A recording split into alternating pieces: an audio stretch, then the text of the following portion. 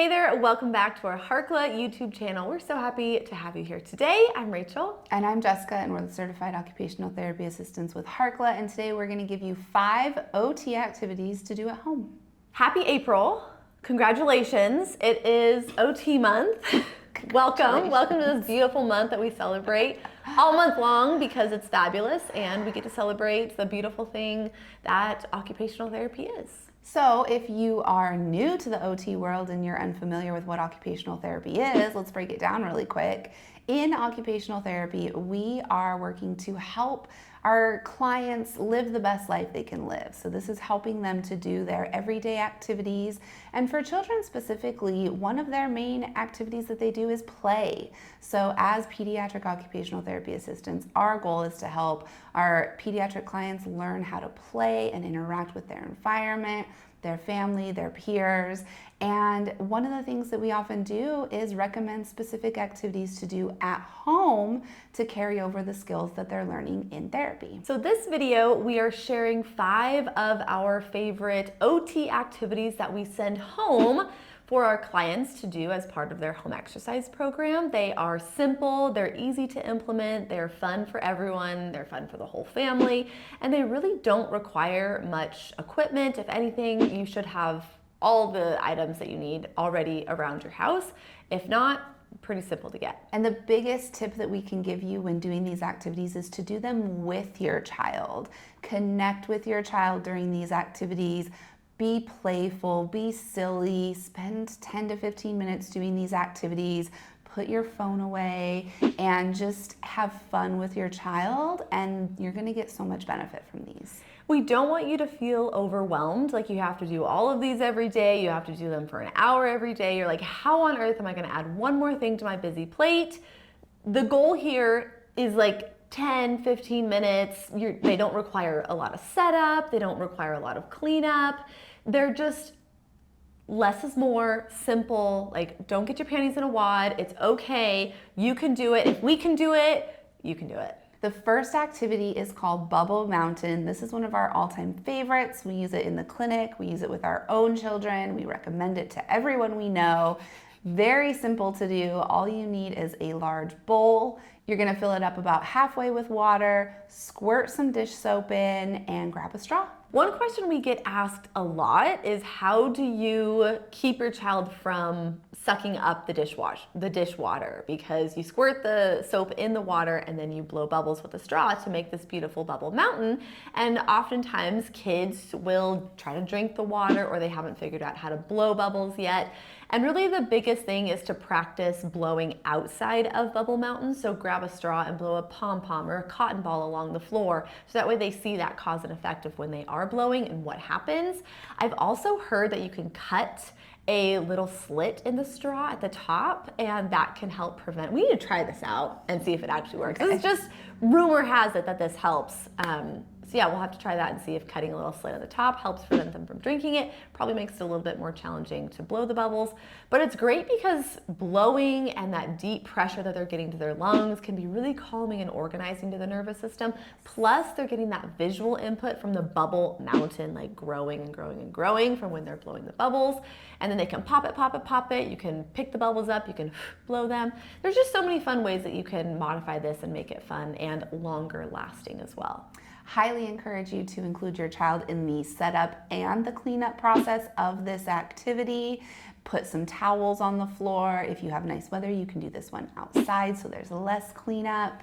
This activity is great for pretty much all ages. Once your child is able to imitate what you're doing, then they're going to be able to imitate blowing those bubbles through the straw. You can make it a little bit more silly by using like a silly straw that also provides more resistance. So they have to blow through the straw that's like all curvy around. And then by the time that the air gets there, it's like, I've used so much energy and so much proprioceptive input to actually get those bubbles to blow. So really focus on that deep breathing and make it fun and enjoy this one. The next activity is to set up and complete an obstacle course. We do have a YouTube video teaching you what obstacle courses are, how they work, how to create one, But just kind of a simple breakdown is an obstacle course is just a series of activities to go through circuit style. So you might set up some pillows to hop on, and then a rolled up blanket to walk along like a balance beam, and then a tunnel to crawl through. And that can be a great simple obstacle course for a young child to go through a couple of times. And remember, you're doing it with them as well. The goal here is to make sure that they are functional, and so we add like a goal-directed activity as well. So you could grab a puzzle or a container play activity or a game, like a think fun type game, and you can put all the pieces on one side of the obstacle course and then the game board or the puzzle board on the other side, so they have to grab one piece, climb over the balance beam, crawl under the tunnels, hop, hop, hop, and then put the puzzle into the puzzle piece, and then maybe do a wheelbarrow walk or a bear crawl back to the start and repeat. So they're going through it multiple times. They're building that praxis. They're getting their head into different positions. They're getting lots of proprioceptive input. They're building on that skill to go through the obstacle course, and it gets easier and easier and easier as they do it. And make sure you're involved and you're participating as well. But when we say obstacle courses, I feel like sometimes people think like American Ninja Warrior type obstacle course where you're swinging and climbing and running and jumping and doing all those things, which are great, but we are simply talking about little obstacle course circuits that are goal-directed, function-focused, and simple.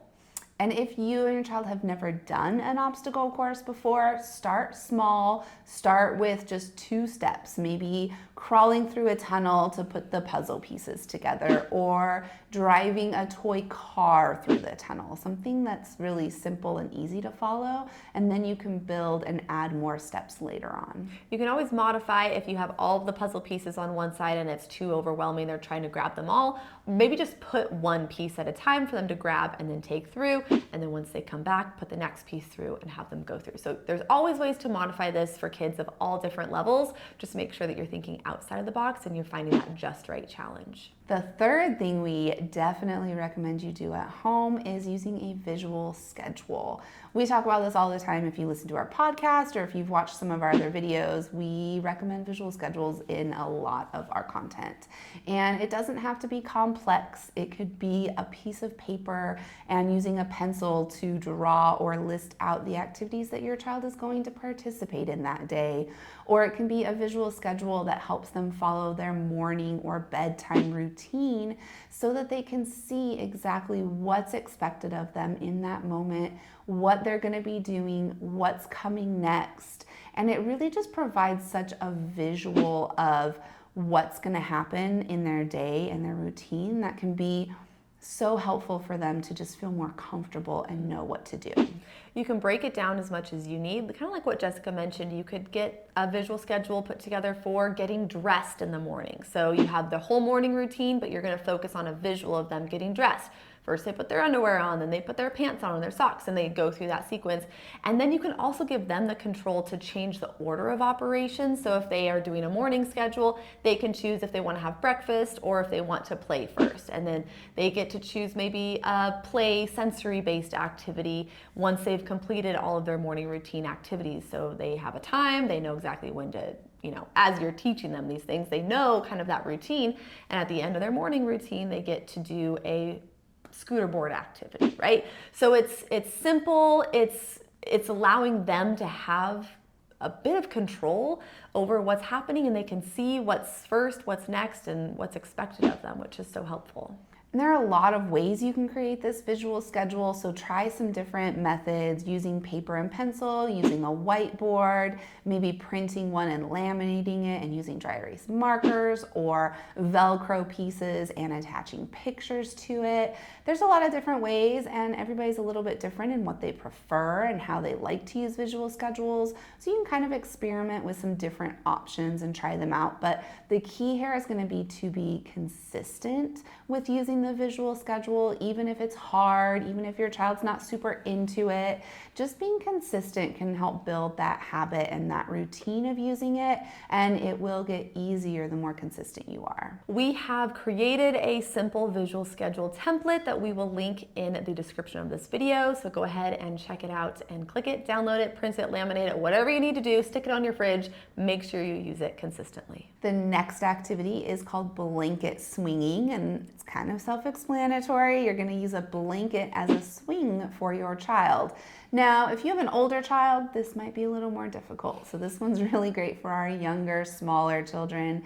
And all you're going to do is put the blanket on the floor. You likely need a second adult, especially if your child's a little bit bigger, but have your child lay in the blanket. You and the other adults grab the corners of the blankets and lift up your child, and just start with gently swinging them back and forth a couple of times. If they love it, maybe you go a little bit faster and longer. If they're nervous or hesitant because they're up off the ground and they're not sure what to do, you can just make it short and sweet, and then make sure you provide some deep pressure afterwards.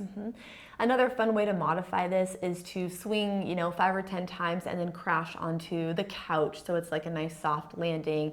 And then if they want to do it again and count down and include them in that. And you can get a little bit more creative and kind of, fling them up in the air. If they're small enough and they like that type of input, you can, like a magic carpet, right? Yeah. Where you throw them in the air and catch them. Just make sure that you're safe with this one. Just make sure everyone is holding on to the blankets nice and tightly.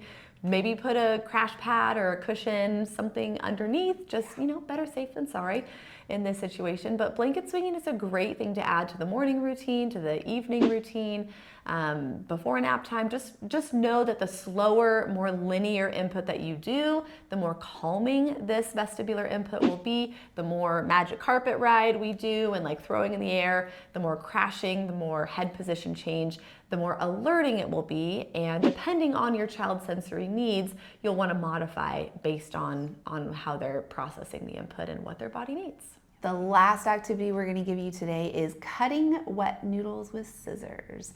This sounds super strange, but it's super fun. So kind of like the first activity with Bubble Mountain, make sure you're including your child in the setup process of this activity, because it can be fun for them to help cook the noodles and see what happens when the noodles are heated up in the hot water. They turn soft. And then once they are cooled off, you can put them in a bowl or take them out on the table, grab some scissors that your child can use, and practice cutting them.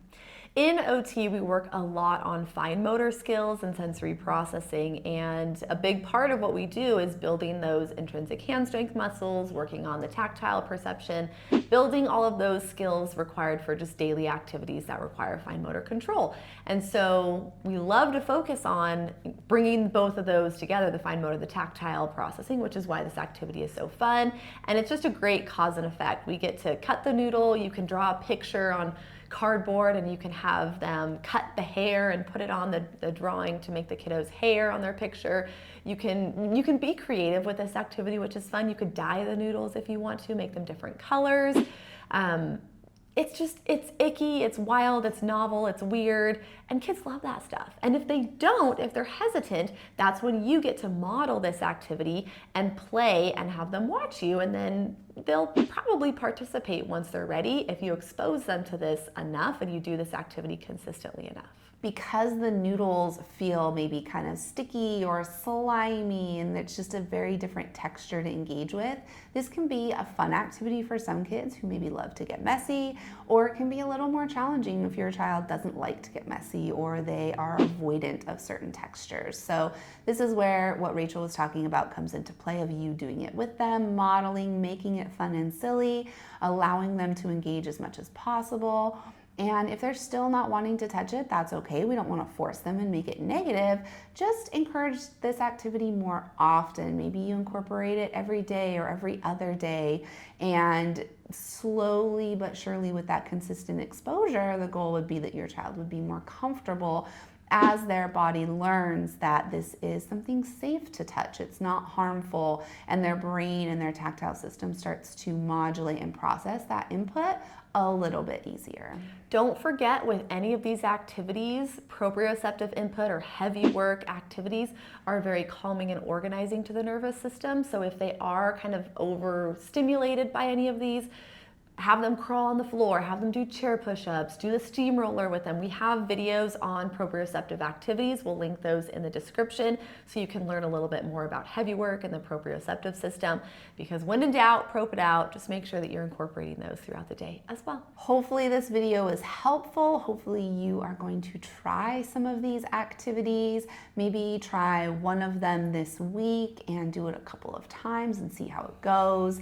Share this video with a friend if you thought you liked it. Yeah, spread the word. It's OT month. We're celebrating. Share the love. Make sure that you're listening to our podcast as well, All Things Sensory by Harkla. You can find it on all major podcast platforms. We've got 300 episodes. We've got a lot of content on our podcast platform, so make sure that you check that out. Yep, and if you want more activity ideas like this, we also share a lot of this on our social media. We're at Harkla_family, as well as at All Things Sensory Podcast.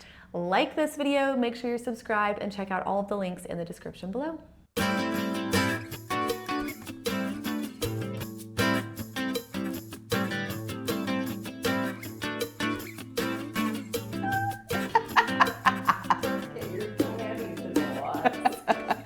It's true, though. I don't.